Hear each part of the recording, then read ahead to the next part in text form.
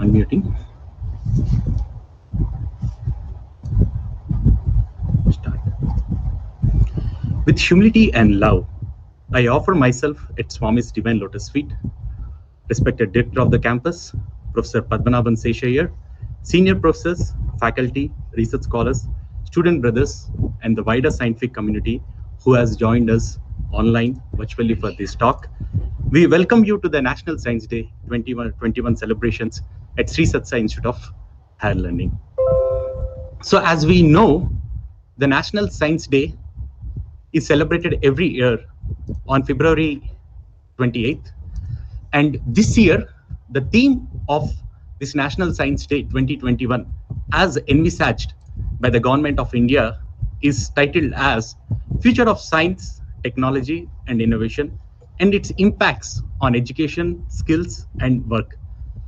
So firstly, let me pay respects to Sir Chandrasekhar Venkatraman, in whose honor we celebrate the National Science Day every year on February 28th.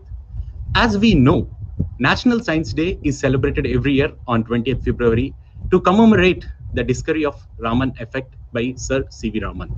On this day, on February 28th, in the year 1928, Sir C.V. Raman announced the discovery of the Raman effect, for which he was awarded the Nobel Prize later in the year 1930. So in 1986, the National Council for Science and Technology Communications requested the Government of India to designate February 28th as a National Science Day. Since then, every year in the Indian scenario, the Science Day is celebrated on February 28th. On this occasion, a theme-based science communication activities are carried out all over the country. Of late, schools, colleges, university, and other academia, scientific, technical, medical, and research institutions celebrate this day in a very joyous way. So as I have already told you, so this year we have science, technology, and innovation, its applications as a theme. So here on the screen, on the slide, you can see the last 5 years, what was the theme of the Science Days. So here, as latest as 2020, the popular theme was Women in Science. So coming to the celebrations at Sri Satsai Institute of Higher Learning, which is abbreviated as SSIHL. So before going to the celebrations, what we have done over the years and what we plan to do this year, I would like to draw your attention to the guidelines given by the founder chancellor of Sri Satsai Institute of Higher Learning, Bhagavan Sri Satsai Baba. As you can see on the slide, the focus has been on research that is beneficial to the society, not just the theoretical level, but at the practical level. Especially the last two lines, I would like to quote Bhagavan Sri Satsai Baba. In his own words, he says, the scientific knowledge we acquire must be used for the benefit of our fellow man. This has been a guiding lamppost for the research that has been done and will be done at SSIHL. So over the last few years, the National Science Day has been celebrated. We started a couple of few years back, and the celebrations initially we had talks from eminent scientists and the science faculty about the ongoing research in the university. We also had poster competitions to ignite the spirit of science for both undergrad and postgrad students. Last year, we celebrated, in fact, in a very grand scale, multiple competitions such as essay competitions, quiz competitions, poster competitions, and so on were conducted to Vidyagiri schools. By Vidyagiri schools, I mean the schools that are directly under the Sri Satsai Central Trust, and also neighboring schools, around 10 schools in a radius of 10 kilometers around this area of Puttaparthi. We also specifically had a modeling exhibition, a science modeling exhibition at Prashanthiniram campus last year in 2020. So here on the screen, you can see a combination of paper clippings of the way in which the Science Day has been celebrated. So this year also we plan to, in fact, we have started from yesterday, we planned a week-long celebrations for the National Science Day. As you can see, again, we are having essay writing competitions, painting, sketching, poster, but almost everything is conducted virtually due to the COVID scenario and the COVID infection that is around. As we are hearing, a second wave might start in India. So we have, as you can see, on 24th, 25th, 26th, and on 27th, we are having a long session, having all the science talks, the science research talks. So, concluding my brief introductory remarks, now I have the pleasant duty of inviting the guest speaker for the day, Professor Padmanabhan Seshaiyer. Professor Padmanabhan is a professor mathematical sciences from George Mason University, Fairfax, Virginia, USA. He is also Associate Dean for Academic Affairs. He is Director, Complete Center. He is also Director, STEM Accelerator Center. Sir has held many leadership positions, adjunct professorship, research positions, faculty positions. He is also a member of many professional bodies.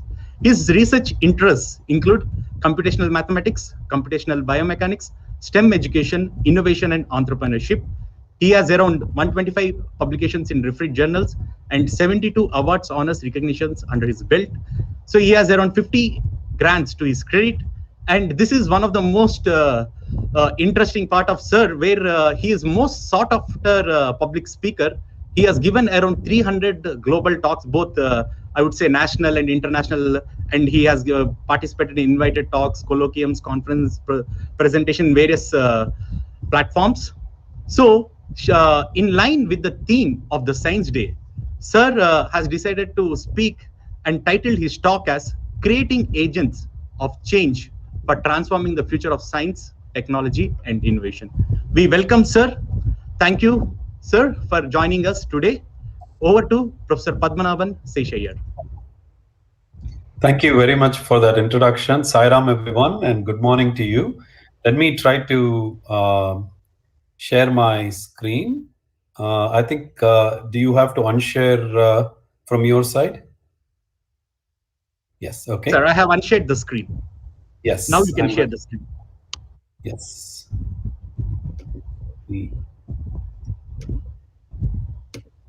Okay, and I'm going to make it full screen.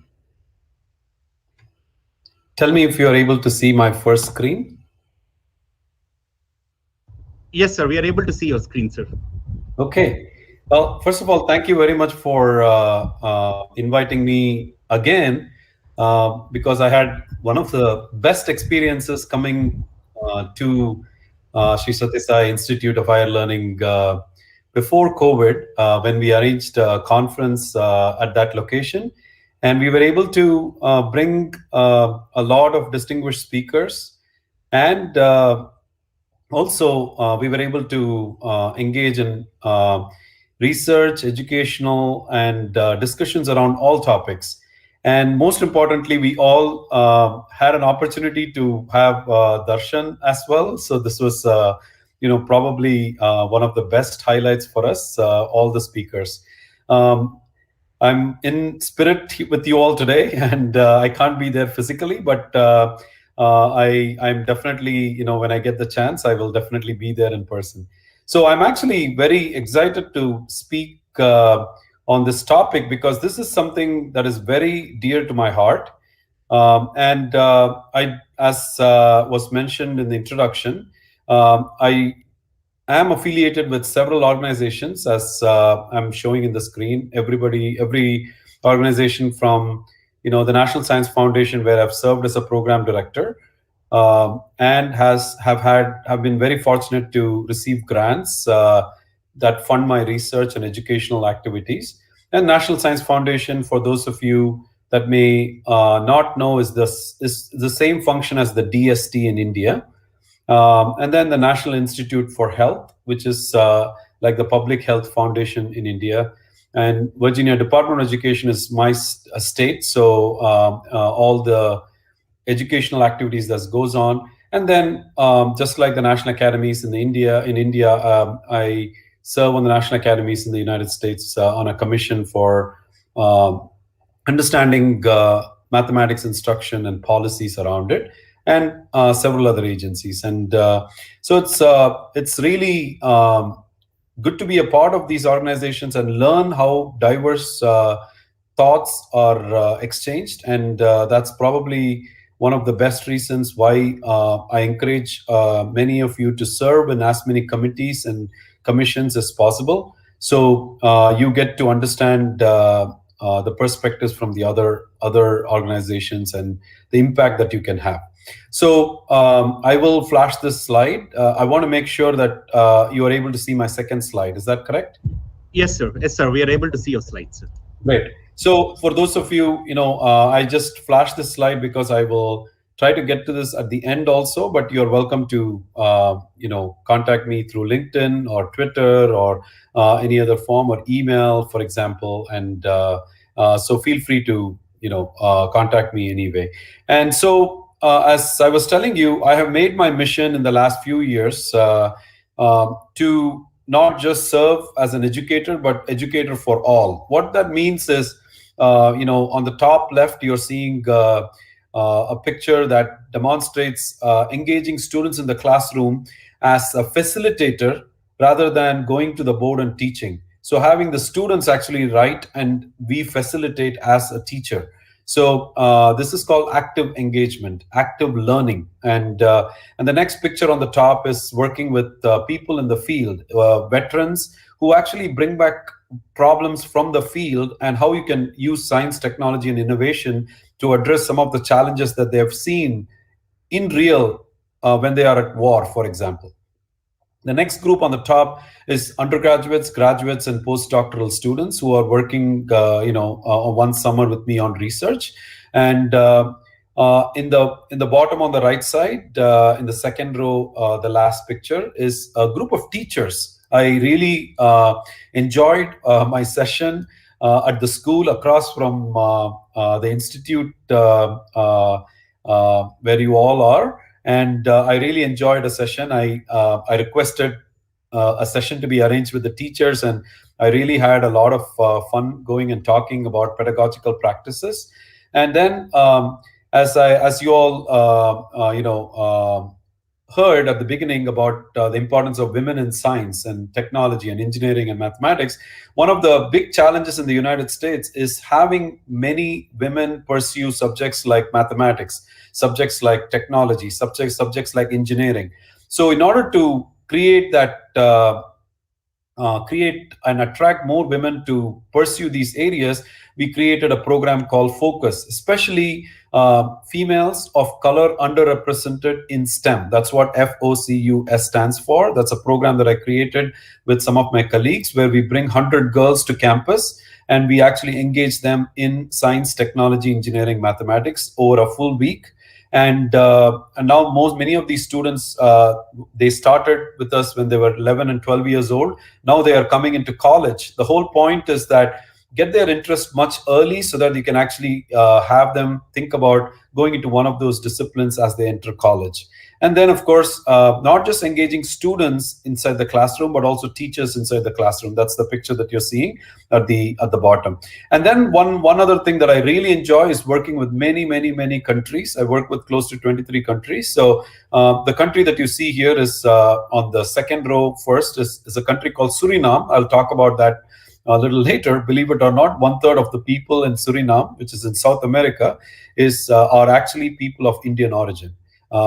So it's a very interesting country. I want to show this slide because I was very fortunate to be invited to a summit that was the brainchild of the Prime Minister. It is called Vaibhav, and so it stands for Vaishvik Bharatiya Vaigyanik, and so it's a summit that actually brought together many Indian scientists and also scientists across the world of Indian origin.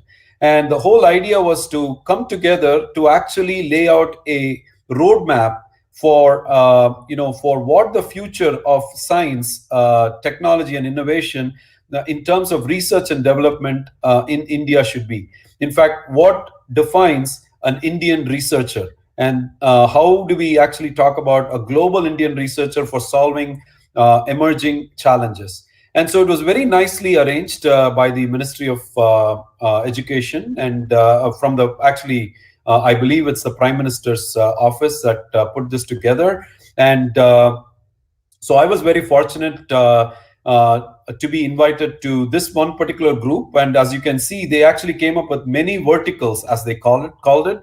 These are all areas that India is thinking of investing in the next decade. So this is a message to all those undergraduates, graduate students, faculty, postdoctoral students.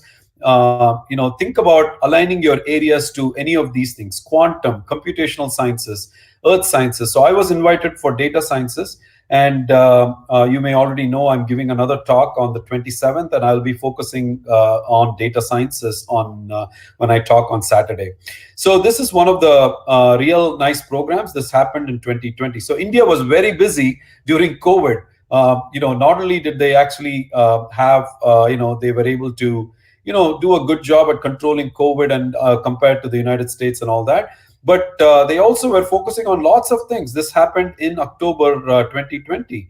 And another program that I also was following very closely is the national education policy. The last time India did a formal national education policy was 1986. And so this was completely reformed. What was interesting is they did it at all levels: school education, higher education, teacher education. So everything from, languages, importance of languages, including subjects like Sanskrit, for example. But the most interesting thing that they did was this picture in the bottom, 10 plus 2. They actually took the 10 grades and the 11th and 12th grade. They broke it into 4 parts. They broke it into 4 different levels. The first level, they called it the foundational stage. This was actually subdivided into multiple parts, like the preschool, and then going towards 3 to 8 years. And it was more focused on inquiry based activities. So it was all based on hands-on activities. And then there was this stage, which is the middle stage. And this was for classes 6 through 8. And there they were actually focusing on things like science, arts, humanities, and integration, and lots of great things. So you had the foundational stage, and then you had the preparatory stage. I missed the preparatory stage. And then you had the middle stage, and then you had the secondary stage. What was interesting is exams were not going to be conducted every year from now on, but it'll be conducted, at the end of certain grade levels and all that. And similarly, they had things for higher education also. So there was a lot of interesting ideas for higher education. So I would really urge people to actually look up. If you just search for NEP India, you will know all the new things that are coming. One of the most interesting things in the higher education was all the 4-year multidisciplinary degrees. The students have an opportunity to get a certificate, for example, in the first year of study, a diploma at the end of second years, 2 years, for example, or a bachelor's degree at the completion of third year, and then combine it with another degree. So there's lots of interesting options, and then a lot of innovations for teacher education. So I was fortunate again to be invited by the Ministry of Education in India to give a talk on how we can contribute. One of the most interesting things I noticed was the focus on critical thinking early on, because it is not about just textbook knowledge from outside. How we can actually employ things that are not often taught in a standard textbook. Well, why am I saying that? Well, at the end of the day, the future of science, technologies, innovation is in preparing lifelong learning. Students with lifelong learning skills. What do I mean by that? On the left side, you got people that are really becoming good with content knowledge. Now that's one thing. Content knowledge is one thing that is, becoming good in a certain subject. But what everybody's looking for is not just content and discipline and science, or I am a doctor, I am an engineer, but it is actually competency. So if you go to any interview right now, they are actually looking for competencies-based training, transferable skills, problem solving, data competency, literacy, critical thinking, creativity, and so on. So I'm going to tell how we can actually get there in terms of ideas and all that. We all know STEM, science, technology, engineering, mathematics. Of course, you also have STI, which is science, technology, and innovation. We want to add arts to it, the A, because arts provides the creative aspect of it and the holistic thinking. But more important for me, so I created an area called STREAM, R for reading literacy. Without literacy, you cannot really do STEM or STEAM. So because we all stream movies, we stream audios, we stream videos, so why don't we stream education? That was the whole concept. So I created this concept called streaming, ING, for inspiring the next generation. And everything I create usually has an acronym. And this has been applied to the country of Suriname. And I'm excited to hear children participating in essay competitions and all that.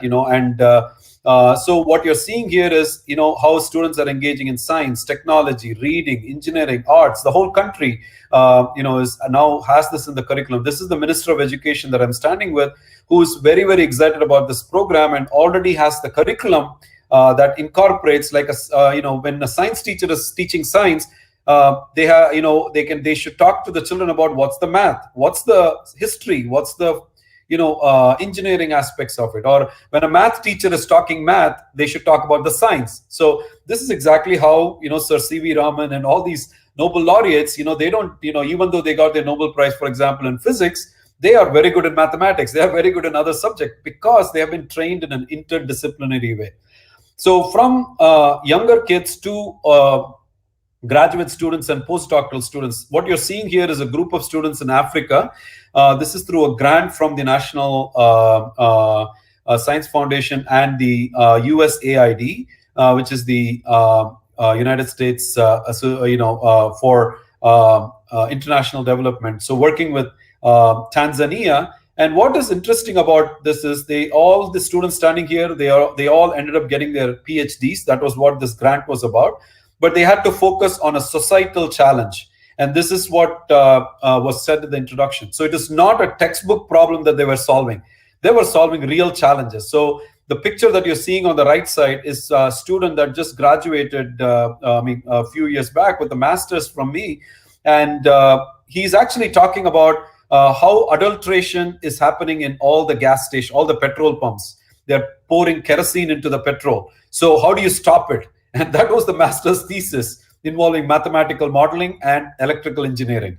The problem on the left side is about nitrogen fixation and how it can help a certain bacteria grow. So it was actually a symbiotic relationship.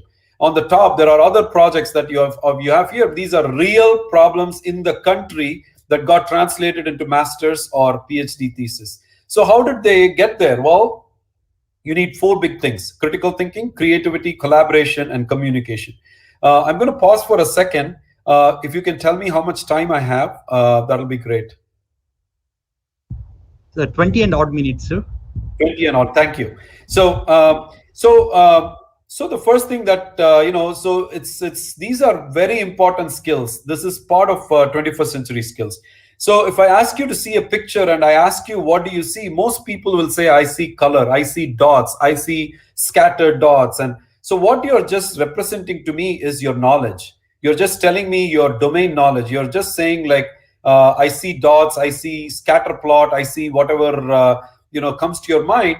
But then when you actually start to tell me, like, oh, maybe these are cities and these cities are connected by streets, then you're bringing in experience. So, but what is very challenging is the third step, is how many of you sitting there and watching my talk actually saw a cat? Now, when you see a cat, if you're able to see a cat, you just went to the next step. That's called creativity. Okay. So this does not come when we just focus on mathematics or a particular subject. You have to think outside the box. So this simple example tells you how we all tend to think. I want to give you another example, very powerful example. It has to do with how many. Now, if I ask you, I know that, to get to Parthi, we came to Bangalore and took a car to come there. So I noticed how much traffic was there in Bangalore. And it made me start to think about problems. So, for example, if I have to count all the air-conditioned repairmen in Bangalore, how many people are there? So I started thinking about this. And if I have a problem like this, and if I give this problem to my students in the classroom, what do you think they'll say? Well, they'll say, I need more information. Well, I'll give you one extra information. For example, I can say that the population is 12 million.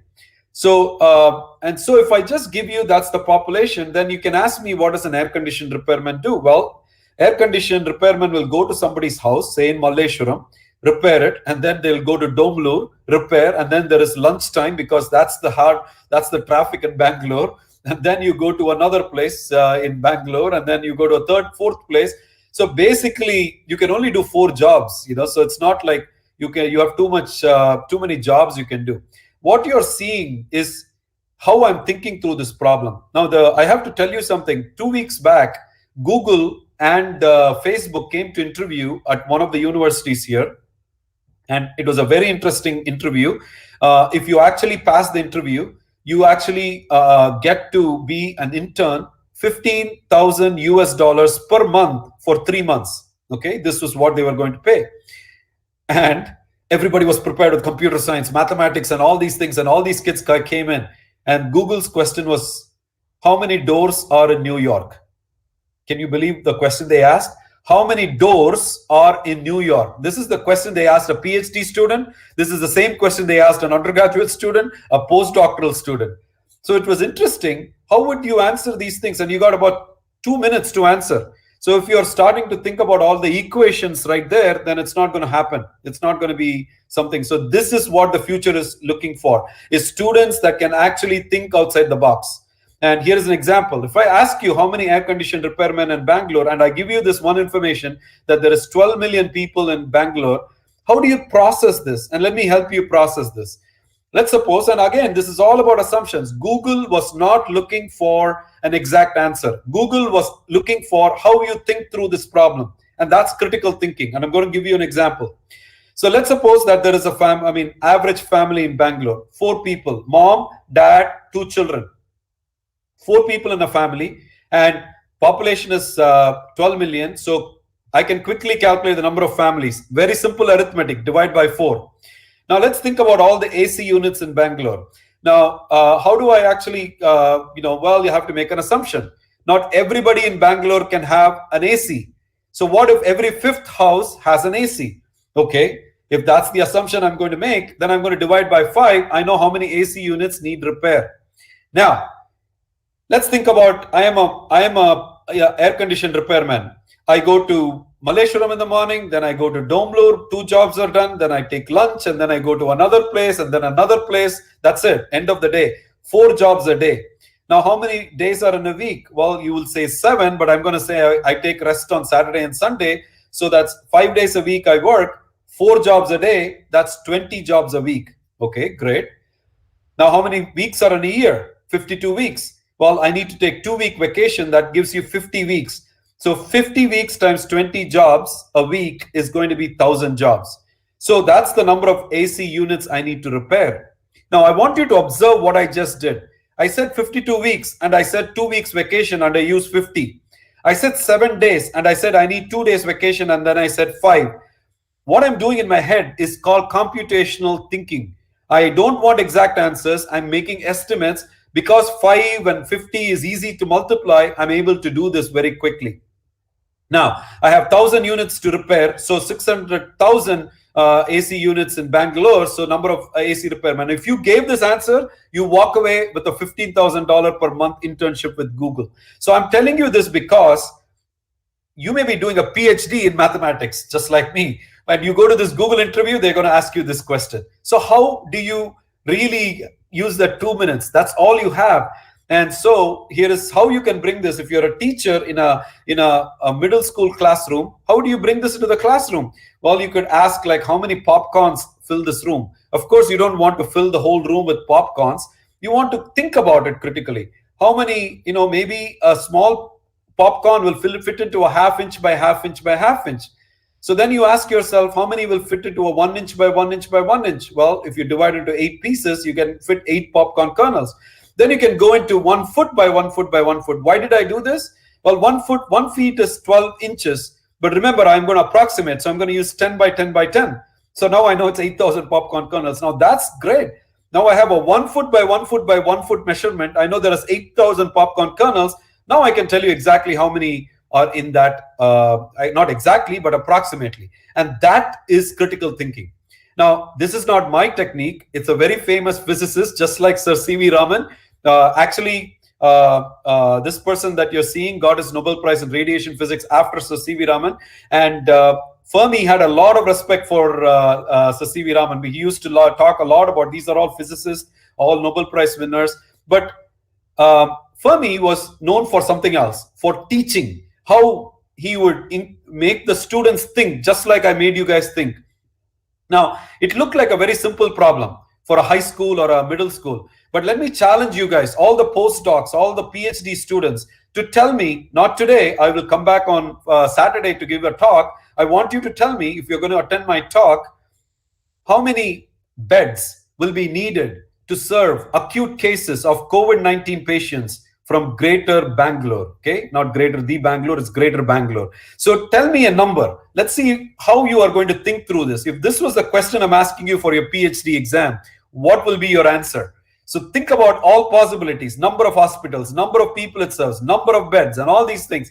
So think about how you would come to this. I'm not going to tell you the answer today, but let's see if you can guess and tell me on Saturday, or write to me and tell me what you think. So that is the power of something like Fermi modeling. So, we don't teach this in schools. We don't teach this in college. This type of thinking needs to be embedded in the curriculum so that the students are critical thinkers. So, you always need to start with the context. The context leads to a curriculum, and the curriculum leads to an integrated content, and the content leads to how you teach the concepts, and then that leads to the competencies we talked about. And these are the 5 C's that I've created. I've written a paper on this. I'll be happy to share if you're interested. So how do we get there? There's several ways to doing it. One way to doing it is called experiential learning. Taking students outside the classroom and actually engaging them in real problem solving. So here on the left, you're seeing really young kids going to the forest and trying to measure the height of a tree with just a stick. And on the right side, you're seeing graduate students going to a water and collecting water samples and trying to find out something about impurities and things like that, and develop models around it. Innovative learning. So asking children in an exam, like, what is the biggest planet? What is the smallest planet? Sometimes it's very boring to memorize everything. So obviously children don't like it. But if you give them an experience like this is what is called as Google glasses, and not Google glasses, it's cardboard glasses. So essentially it's just cardboard. This used to be $35 US, but now it's under $2.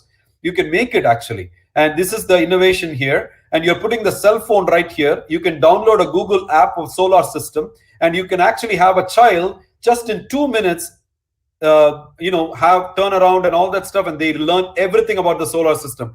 And then you give the assessment, you'll be surprised how many kids actually get this answer very quickly. The same type of idea is now going into virtual reality, and lots of great things are happening. So think about innovative learning. Inquiry-based learning.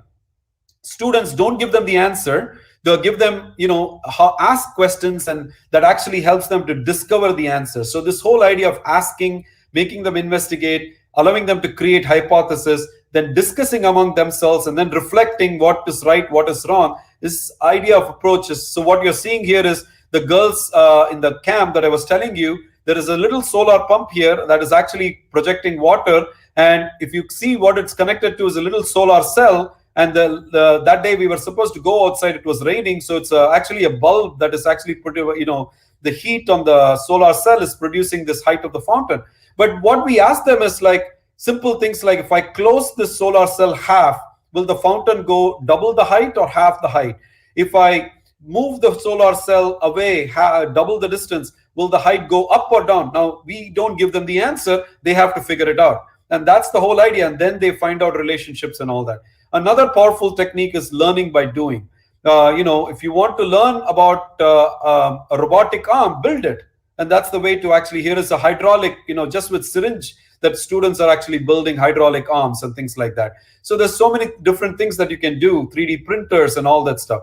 The final thing I'm very excited about is collaborative learning, where, all the things that we do must be, the students should speak more and the teachers should speak less. That's the philosophy that a country that follows. It's with number 1 in education. It's called Singapore. The slogan from the ministry is teach less, learn more. If the faculty teach less, as in facilitate more, the students can be more creative. They can make mistakes. It's okay, but they can be very creative. And then all the rooms in the United States, for example, this is a big innovation in the United States. It's called active learning. If you see this classroom, typical classroom, you can't even tell where the instructor is. So instructor is somewhere here, right here, standing and talking to students. All the students are on the board. So what is happening here is an environment where all the boards are actually, all the walls are actually like whiteboards. And the students are on the walls displaying their ideas. And then the teacher takes those ideas and builds the classroom lecture around it and has them brainstorm. This is the culture right now, and this type of learning engages students much more. I hope I'm sure Parthi is already doing. I'm going to pause for a second and ask you again, how much time do I have? 5 minutes? Yes, sir. Around 10 minutes, sir.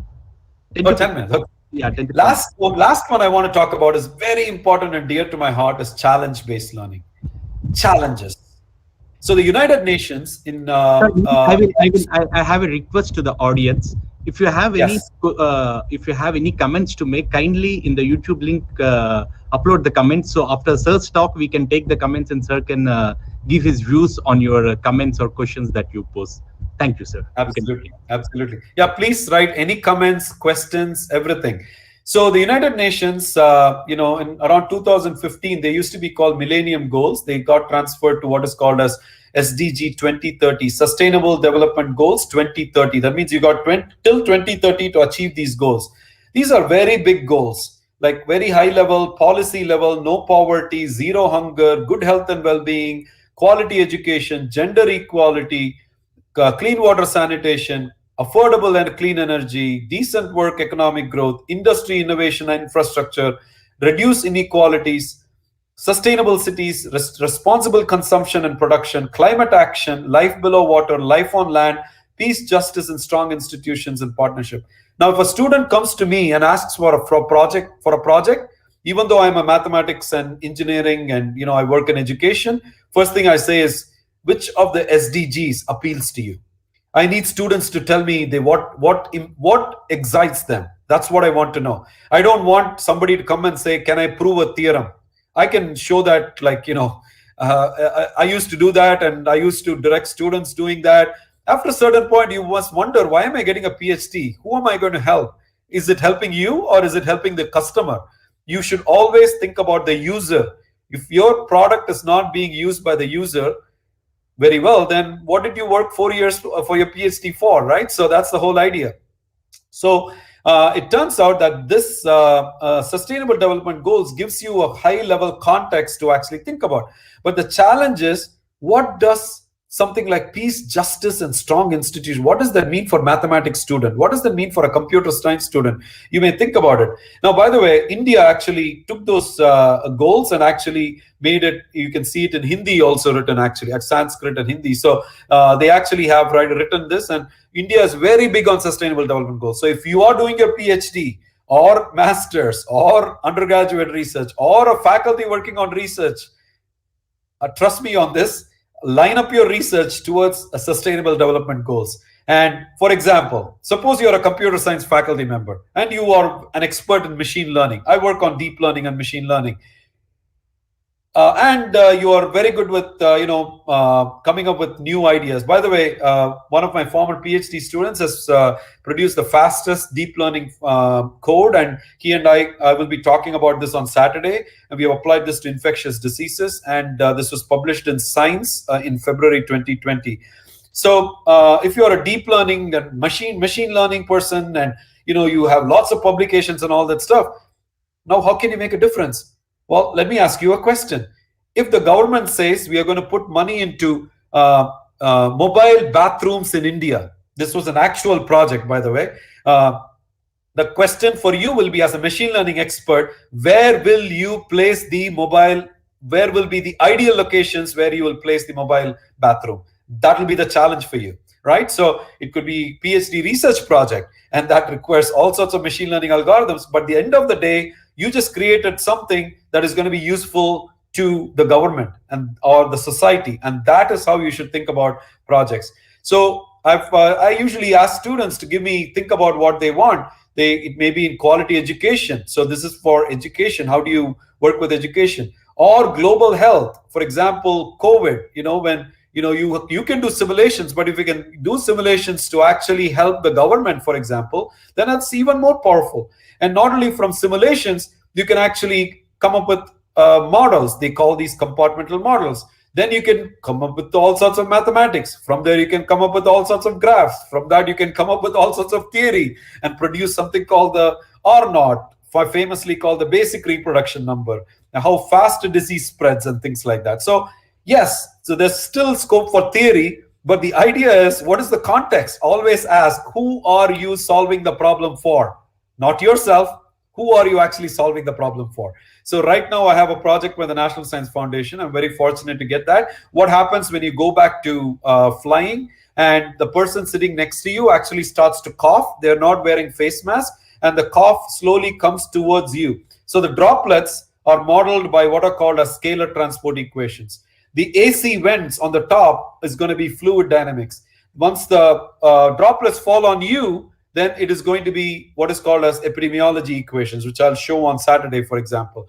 And then you have airborne infection. So we are modeling all this under a deep learning framework called physics-informed deep learning. How do you do that in an aircraft so that you can decide whether to sit next to the person or not?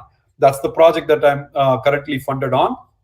Or using simulations to really understand what is going on in terms of, right now the simulation is, there's the simulation going on. So essentially, a building and there is a wind coming and you're talking about flows and all that. Sometimes you want nice pictures to, of course, there is a lot of work behind it, but to explain to people, you need to really introduce these concepts and all that.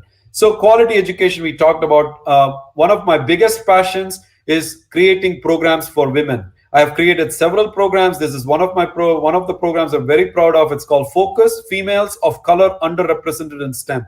These girls who I met in 6th grade, they were 11, 12 years old. Now they are all starting college in one science or technology or innovation area, which I'm very proud of. So, and these investments must be made. This is the 6th year I'm running the program. So the girl that I saw who was 12 years old, now today is entering college. That's the whole idea.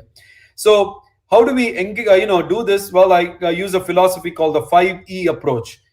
You need to know how to engage the student, have them explore, that's the second E, have them explain their thinking, have them elaborate after they hear from other people, and have them evaluate each other's learning. This is one of the very important frameworks for actually both teaching and engaging students. Another one, which is problem-based versus project-based learning. So I'm going to, again, whether, there is lots of theories behind these things. And so I'm going to take just maybe 4 minutes, 3-4 minutes, and I'll finish. One of the problems that is very dear to my heart, a student just finished his PhD with me in Africa, in Tanzania. Elephants being killed for their tusks every 15 minutes. Obviously, each tusk is about $50,000 US in the black market. So how do we actually find these poachers that are killing these elephants? That was his PhD on, by the way. So real problem, he did mathematical modeling, electrical engineering, and came up with an idea, big idea.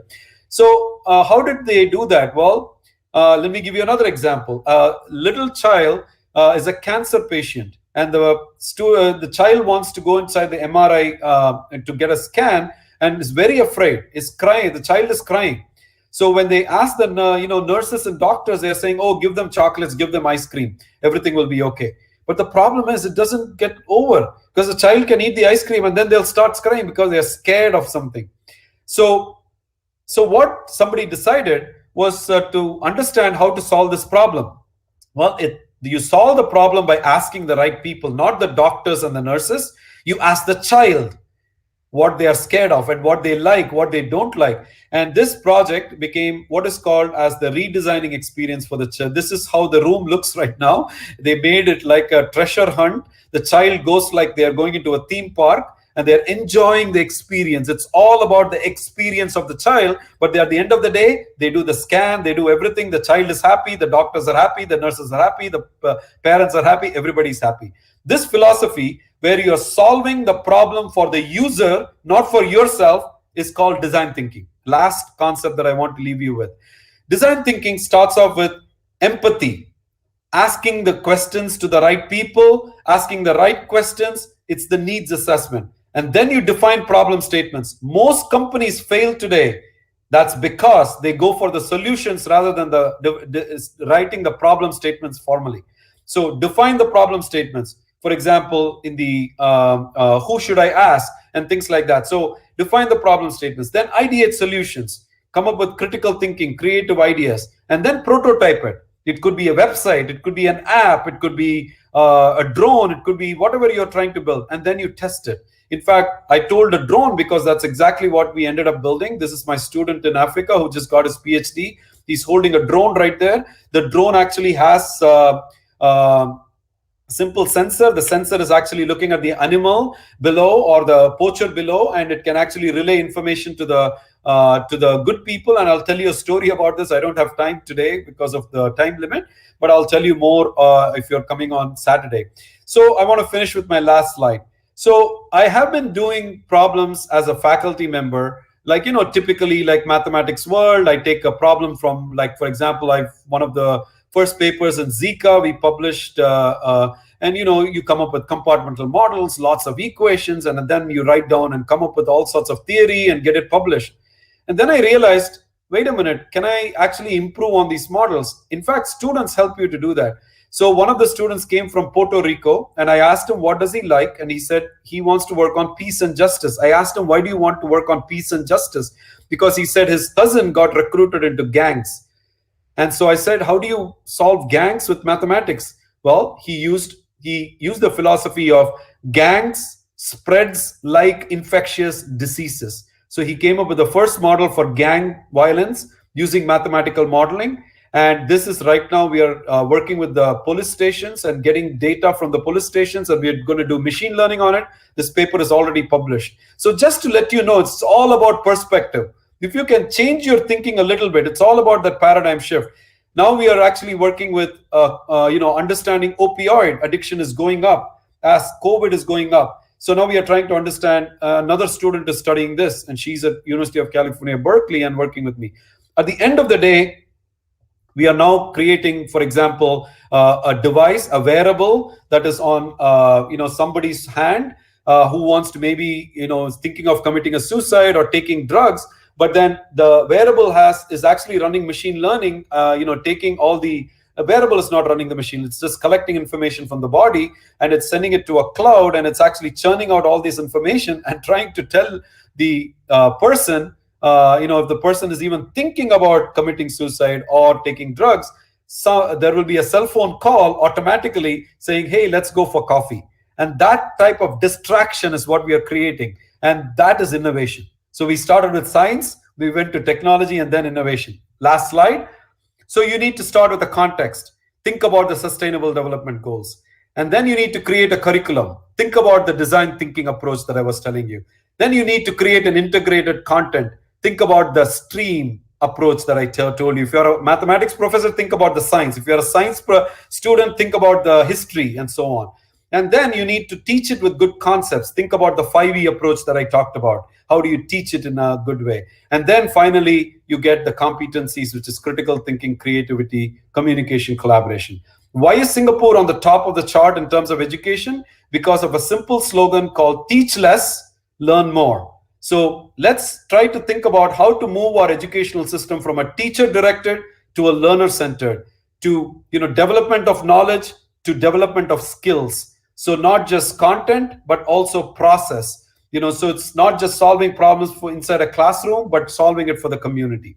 And so there is a lot you can actually. So my biggest thing is, don't just learn for exams, learn for life. Okay. Thank you very much. And that's my contact.